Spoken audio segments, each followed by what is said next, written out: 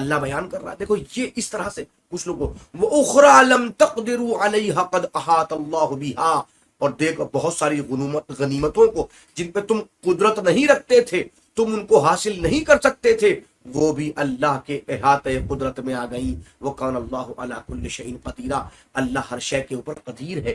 اس منزل کے اوپر صلح حدیبیہ، جنگ خیبر اور جنگ خیبر سے حاصل ہونے والی بہت ساری غنیمتوں کا تذکرہ کیا گیا ہے، اور پھر اس کے بعد اللہ سبحانہ و تعالی نے مختلف پیشن گوئیاں فرمائی ہیں، تقریباً 5 سے 6 پیشن گوئیاں ان کچھ آگے پیچھے کی آیتوں میں موجود ہیں، جن کو دیکھنے کے بعد معلوم ہوتا ہے کہ یہ آیت دہشت گردی کی تعلیم نہیں، اللہ کی پیشن گوئی پہ منحصر ہے جو آنے والے زمانے میں مسلمانوں کو میسر ہونے والی ہے۔ یہاں تک اگر ذہن میرے ساتھ میں آپ کے موجود ہے تو اب آئیے آخری آیت کریمہ سورہ مبارکہ تحریم کی، جس کی آیت نمبر 9، یہ سب سے اہم آیت ہے اور اس کو آپ خاص طور پر دیکھ سکتے ہیں، اور حکم چونکہ اس کے اندر موجود ہے تو دشمن بھی اس آیت کریمہ کے اوپر خاص طور کے اوپر نظر ٹکائے ہوئے ہیں۔ ارشاد ہوتا ہے یا ایھا النبی جاہد الکفار والمنافقین واغلظ علیہم ومأواہم جہنم وبئس المصیر، اے نبی کفار منافقین کے خلاف جہاد کیجئے اور ان پر سختی کیجئے، ان کا ٹھکانہ جہنم ہے، کتنا بدترین ٹھکانہ ہے جہنم اس کو کہا جاتا ہے۔ یہ قرآن کی آیت کریمہ، اس پہ بھی اعتراض ہوتا ہے۔ جناب دیکھیے اللہ نے نبی کو کیا کہا، جہاد کیجئے جہاد کیجئے۔ میں نے کہا یاد رکھیے پہلی منزل تو یہ کہ اس جگہ پر لفظ جہاد کا تذکرہ ہے، قتال کا تذکرہ نہیں ہے۔ جہاد کے معنی وسعت رکھتے ہیں بہت زیادہ، جبکہ قتال کے معنی بہت کم کے ہوتے ہیں۔ قتال کا مطلب صرف تلوار سے قتل کر دینا، جہاں خون بہے سر و تن میں جدائی، اسے قتال کہتے ہیں۔ جہاد مفہوم وسیع ہے، جہاں مطلب یہ ہو زبان بھی کھولیے، قلم بھی چلائیے، کردار پیش کیجئے، مختلف اعتبار سے لفظ جہاد کا اطلاق ہوتا ہے۔ یہ اور بات کہ اس کا ایک اہم ترین معنی قتال بھی ہے، ایک بات۔ دوسری بات، قرآن مجید میں یہاں حکم کس کے لیے؟ مسلمانوں کے لیے، نبی کے لیے۔ یا ایھا النبی، اے نبی، حکم نبی کے لیے ہے، خالصتاً نبی اکرم صلی اللہ علیہ وسلم کے لیے حکم ہے۔ اس کا مطلب یہ ہے کہ اس جگہ کے اوپر عام مسلمانوں کو یہ آرڈر نہیں دیا گیا، خالص اللہ نے نبی کو خطاب کیا ہے۔ اب نبی کے اس دنیا میں موجود ہیں؟ نہیں ہے۔ سن 11 ہجری میں نبی اس دنیا چلے گئے، پردہ فرما لیا۔ 11 ہجری سے لے کے اب تک کیا نبی نہیں ہے؟ بالکل نہیں ہے۔ تو کیا آرڈر موجود ہے؟ ذرا ملاحظہ فرمائیے گا، آرڈر خالص عہدے کے ساتھ میں دیا گیا ہے، شخصیت کے ساتھ دیا گیا ہے۔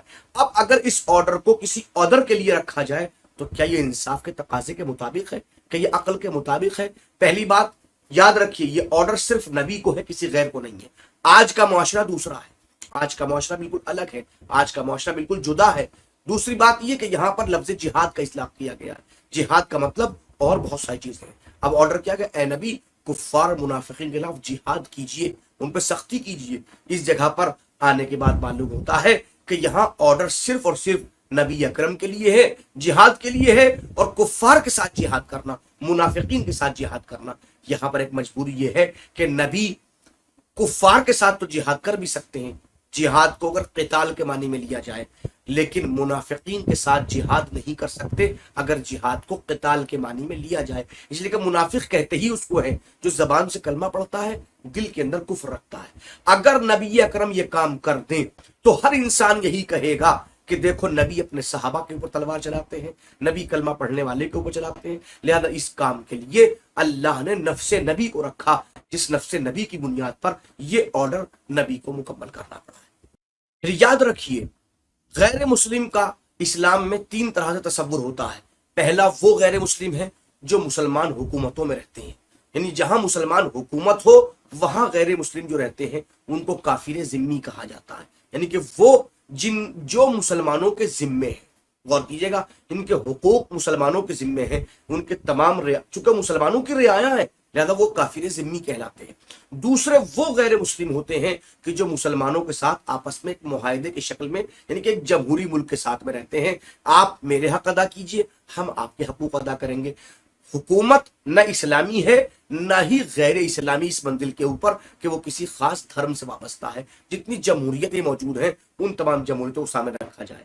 یہاں پہ ان غیر مسلم کو معاہد کہا جاتا ہے، ان کے ساتھ عہد کیا گیا ہے۔ یعنی آپ کا عہد میرے ساتھ ہے کہ آپ میرا لحاظ کریں گے، میرا عہد آپ کے ساتھ ہے کہ میں آپ کا لحاظ کروں گا۔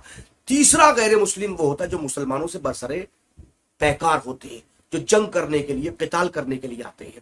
یہاں اس آیے کریمہ کے اندر نہ پہلے والے مسلمان سے جہاد کرنا ہے، نہ دوسرے والے سے جہاد کرنا ہے۔ جہاد اگر کرنا بھی ہے اور اس حکم کو عمومیت دی جائے تو تیسرے والے سے ہوگا، اور یہاں پر بھی جہاد بعنوان دفاع ہوگا، اٹیک نہیں، ڈیفینس، اس لیے کہ اسلام کسی بھی مرحلے کے اوپر اٹیک کا آرڈر کسی بھی عام فرد کے لیے کرتا ہی نہیں ہے، ہمیشہ ڈیفینس کی بات کرتا ہے۔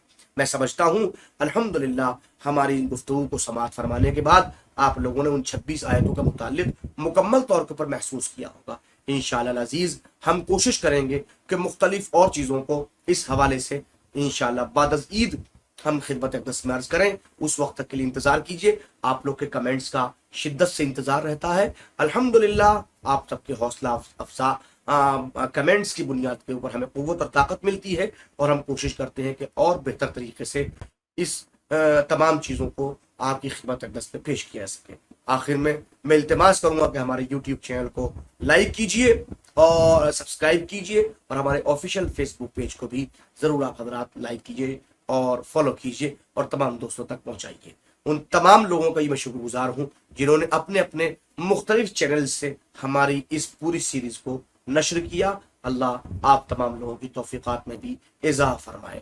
آخر میں دعا کروں گا پروردگار قرآن فہمی، قرآن سمجھنے والے اور ان کا ذوق اور شوق رکھنے والے تمام افراد کی توفیقات میں اضافہ فرما۔ وآخر دعوانا ان الحمدللہ رب العالمین۔